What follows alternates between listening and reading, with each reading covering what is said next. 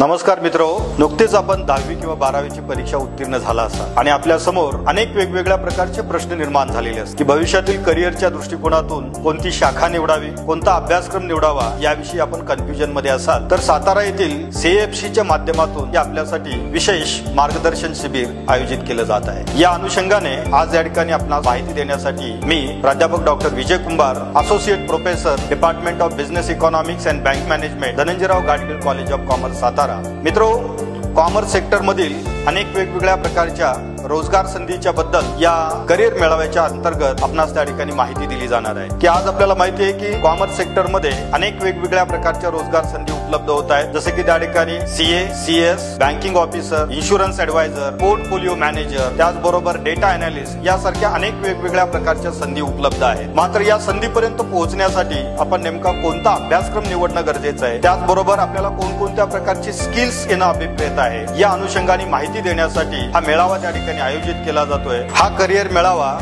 शाहू कला मंदिर सातारा येथे 2 जून रोजी 10 वाजता त्या ठिकाणी आयोजित केला जातोय।